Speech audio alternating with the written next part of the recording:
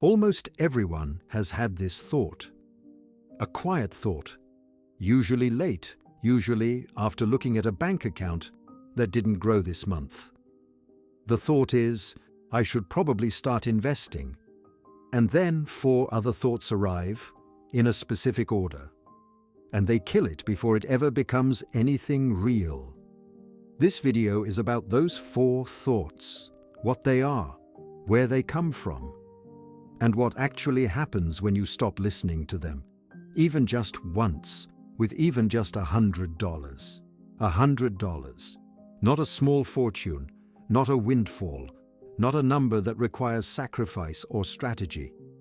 $100 is the amount that disappears between Friday night and Sunday afternoon without anyone noticing. It's the amount most people spend on things they cannot remember by Wednesday. It is the smallest possible version of starting, which is exactly why most people refuse to start with it. The first thought arrives wearing the face of intelligence. It says, $100 a month is nothing. It won't make a difference.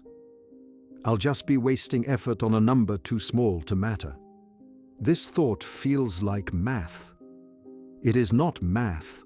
It is a feeling that has dressed up like math, and the disguise is so convincing that most people accept it without checking. Here is the actual math. $100 a month invested in a basic index fund tracking the broader stock market has historically returned somewhere around 8 to 10% a year on average over long periods. Over 30 years, that $100 a month becomes roughly $200,000. You contributed $36,000. The rest, over $160,000, was not contributed by you. It was contributed by time. But that is not even the point. The point is that the thought, it's too small to matter, is not actually about the size of the money. It's about the size of the gesture. $100 feels too small to matter because it doesn't match the scale of the change you imagine wealth requires. You picture wealth as an event, a windfall, a career break, a moment of arrival. $100 is not an event. It's barely a gesture. But the people who actually build wealth almost never do it through events. They do it through gestures so small that they look like nothing from the outside and feel like nothing from the inside, and accumulate into something only when no one is paying attention, including the person making them. The thought says it's too small to matter. The thought is wrong. What's too small is not the amount. It's the part of you that needs the amount to feel meaningful in order to act on it. The second thought is more sophisticated. It says, I'll start when I earn more. Right now is not the right time. When I'm making more money, I'll be able to invest properly. $100 at this stage is just delaying the real plan. This thought is the one that has cost more people more wealth than any market crash in history. Because the thought is not actually about money. It's about a story you've told yourself about who the future version of you is. The future version of you in this story is more disciplined, has more clarity, earns enough that the math suddenly makes sense to engage with. That version of you is going to start investing seriously when they arrive. Here is the part the story doesn't tell you. The future version of you is not coming. Not as a separate person, not as a transformed version with new habits. The future version of you is being built right now, by exactly the choices the present version is making. If the present version waits, the future version is a person who has been waiting for 10 years. If the present version contributes $100, the future version is a person who has been contributing for 10 years. Those are not the same person. Studies of wealth-building behavior find something almost everyone gets wrong. The people who end up wealthy are rarely the ones who waited until they earned enough to invest seriously. They are the ones who built the habit of investing while they were still earning very little, and then continued the habit when their income grew. The amount they started with was almost irrelevant. The continuity was the entire point. The third thought hides as responsibility. It says, I shouldn't invest until I really understand what I'm doing. I need to research more. I need to read more. I need to make sure I pick the right thing. This thought sounds wise. It is not wise. It is the most expensive form of fear there is, because it disguises itself as preparation. Here is what most people who say, I need to learn more, are actually doing. They are postponing a decision by attaching it to a knowledge threshold that does not exist. Because the truth about investing, for almost everyone in almost every situation, is that the basics are stupidly simple. Not easy, simple. A low-cost index fund that tracks the broader stock market, contributed to consistently over decades, outperforms most professional investors most of the time. That is not a controversial claim. It is the position of every major academic study on retail investing for the past 40 years. The hard part is not the strategy. The hard part is showing up. The thought, I don't know enough yet, keeps you researching for years before contributing a single dollar.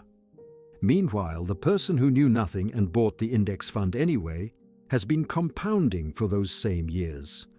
By the time you feel ready, they have a meaningful head start that no amount of additional knowledge will close. You did not need more information, you needed permission to begin. The fourth thought is the one with the most real feeling weight. It says, I shouldn't start now. The market is high, there's going to be a correction. I'd rather wait until prices come down. Of all four thoughts, this one is the most defensible. It is also, statistically, the most expensive. Here is what the data actually shows. Over the last 100 years, the broader stock market has gone through more than a dozen crashes, some of them severe, some of them catastrophic. And over the same 100 years, it has gone up. Not in a straight line. Through every crash, through every recovery, through wars and recessions and depressions and pandemics, the long-term direction has been upward. The person who waited for the perfect entry point in 1990 missed the next decade.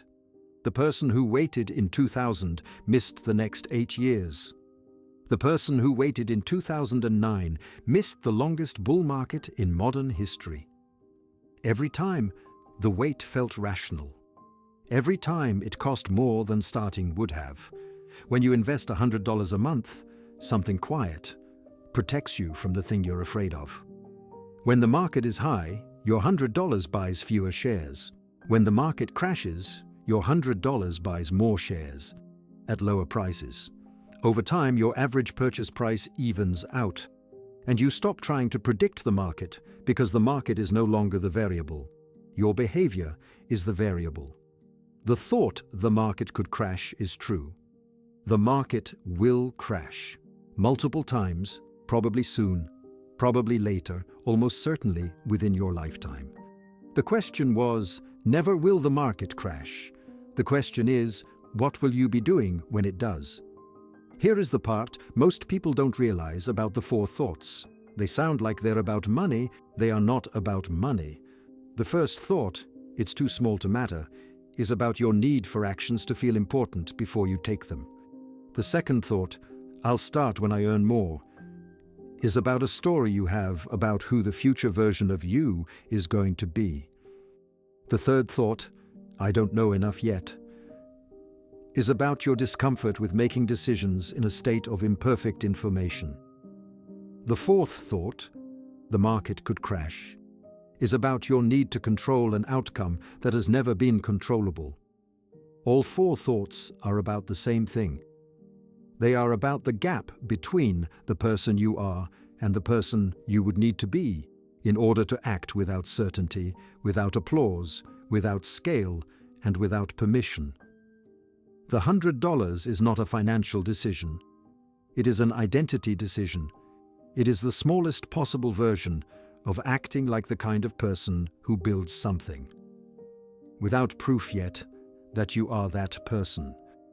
And the strange thing about identity is that it doesn't form before the action. It forms because of the action. You don't become someone who invests by feeling ready. You become someone who invests by transferring $100 on a Tuesday evening when nothing in your life feels different yet, and continuing to do it long enough that something quietly does. The $100 you have right now is not too small. The future version of you who earns more is not coming separately. The information you don't have yet is not the obstacle. The crash you're afraid of is not avoidable. The only thing you actually control, the only variable that has ever mattered in any of this, is whether you transfer the $100 this month or not. That is the entire decision. Everything else is a story. If this changed how you think about starting, subscribe. Next up, why most self-made millionaires aren't who you think they are. The hidden patterns behind real wealth and what almost nobody talks about. See you there.